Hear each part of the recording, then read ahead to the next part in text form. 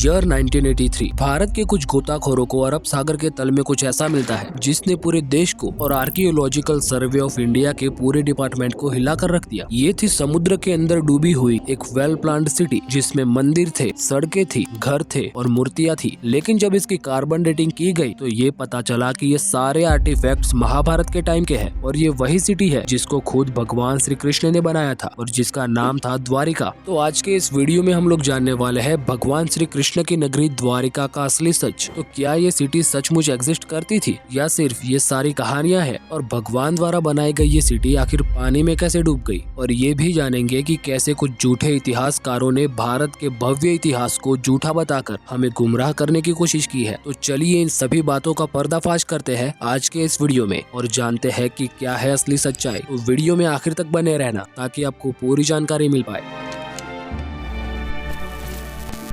पिछले कई दशकों से कुछ इतिहासकारों ने गुजरात में मौजूद द्वारका नगरी को झूठा बताकर हमें गुमराह करने की कोशिश की थी, लेकिन 1930 में इन झूठे इतिहासकारों के मुंह पर तमाचा लगाते हुए आर्कियोलॉजिकल सर्वे ऑफ इंडिया ने इस सिटी की खोज को शुरू कर दिया और फाइनली 1963 में कुछ आर्कियोलॉजिस्ट को इस सिटी के अवशेष मिले और जब इन अवशेषों की कार्बन डेटिंग की गई तो पता चला कि ये काफी ज्यादा पुराने हैं। उन्होंने बताया कि ये अवशेष किसी एंशिएंट सिटी के हो सकते हैं और उसके बाद उन लोगों ने इस खोज को जारी रखा। 1983 से 1990 के बीच भारत का पहला अंडर वाटर आर्कियोलॉजिकल सर्वे परफॉर्म किया गया, यानी कि इससे पहले भारत में पानी में या फिर समुद्र में किसी भी प्रकार का अंडर वाटर एक्सकेवेशन नहीं किया गया था। और इस पूरे मिशन को लीड कर रहे थे डॉक्टर SR राव। हाँ, वही SR राव जिन्होंने इंडस वैली सिविलाइजेशन की एक अहम सिटी लोथल को खोजा था। और डॉक्टर SR राव को और उनकी टीम को अपने कड़ी मेहनत का फल भी मिला। उन लोगों को अरब सागर के तल में द्वारिका नगरी के अवशेष मिले और इसके बाद जब इन सारे अवशेषों की कार्बन डेटिंग की गई और उन पर अच्छे तरीके से रिसर्च की गई तो पता चला कि ये सारे अवशेष महाभारत काल के हैं। जो लोग पानी के अंदर गए थे वो लोग इस नजारे को देखकर हैरान हो गए थे, क्योंकि समुद्र के अंदर एक वेल प्लान्ड सिटी थी जिसके अंदर विशाल मंदिर, सड़कें, बहुत सारे घर, बड़ी बड़ी दीवारें और कई सारी मूर्तियां थी। इस नजारे को देखकर ऐसा लग रहा था कि कोई बहुत ही बड़ा और भव्य शहर रातों रात समुद्र के अंदर समा गया है। प्राचीन ग्रंथों और पुराणों में द्वारिका नगरी का जो जिक्र किया गया था उस डिटेल से मैच करने पर यह पता चला कि समुद्र के अंदर ये जो प्राचीन शहर के अवशेष मिले हैं वो किसी और के नहीं बल्कि भगवान श्री कृष्ण द्वारा बनाई गई द्वारिका नगरी के ही अवशेष है।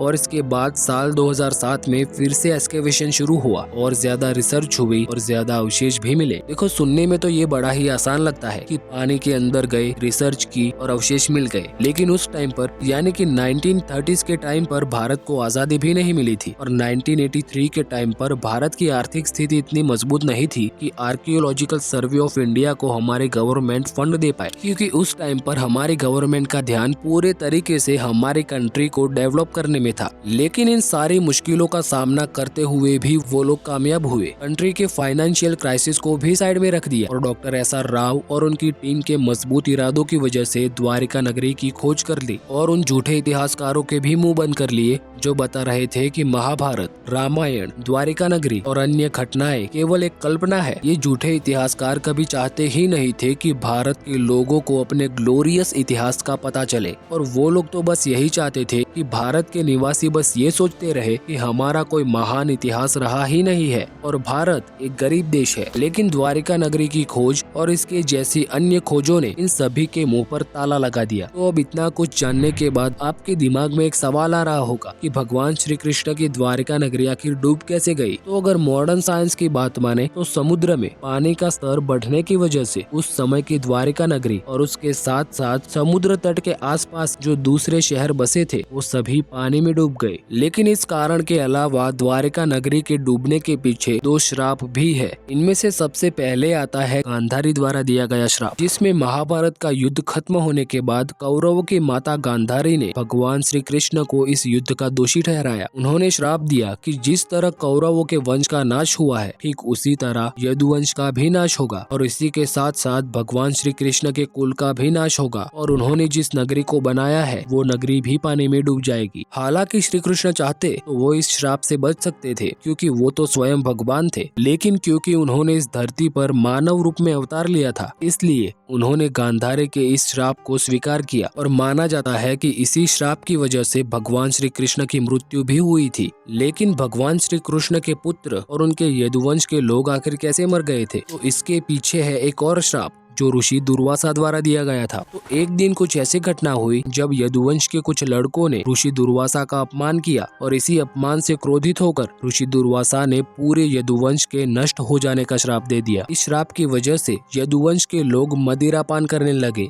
और इसी वजह से धीरे धीरे इस पूरे कुल का नाश हो गया। और ऐसा भी माना जाता है कि ये जो द्वारका नगरी थी उसे धरती पर नहीं बनाया गया था, यानी कि इस नगरी को बनाने के लिए जो जमीन की जरूरत थी उसे भगवान श्री कृष्ण ने समुद्र देव से मांगा था। और जब भगवान श्री कृष्ण ने अपना देह त्याग कर लिया तो समुद्र ने अपनी दी गई जमीन को वापस ले लिया और उसी के साथ पूरी द्वारका नगरी भी डूब गई। तो खैर ये तो थी प्राचीन काल की बातें। तो चलिए अब वापस आते हैं अपने टाइम में। आज के टाइम में हमें जो अवशेष मिल रहे हैं उससे ये पूरे तरीके से साबित हो जाता है कि महाभारत, रामायण और द्वारिका जैसी चीजें सच में एग्जिस्ट करती थी। ये सिर्फ कोई कहानी नहीं है। कुछ लोगों ने इसे माइथोलॉजी का नाम दे दिया है, लेकिन हकीकत में तो ये हमारा इतिहास है जो सच में हुआ था, क्योंकि साइंस की शुरुआत हमारे देश ने ही की थी। आज हम जिस गणित का यूज करते हैं वो भी तो हमारे देश ने ही सर्जन किया है। दुनिया की सबसे पुरानी चिकित्सा पद्धति आयुर्वेदा हमारे देश में ही एग्जिस्ट करती है। शायद हम ये भूल चुके हैं कि हमारे पूर्वज कौन थे। जब दुनिया ये सोच रही थी कि अर्थ फ्लैट है, उस टाइम पर हम 9 ग्रहों की पूजा किया करते थे। हमारे वेद और पुराणों में ब्रह्मांड के सर्जन की बातें भी की गई है। मॉडर्न साइंस के कुछ थियरीज जैसे कि पैरेलल यूनिवर्स, टाइम ट्रैवल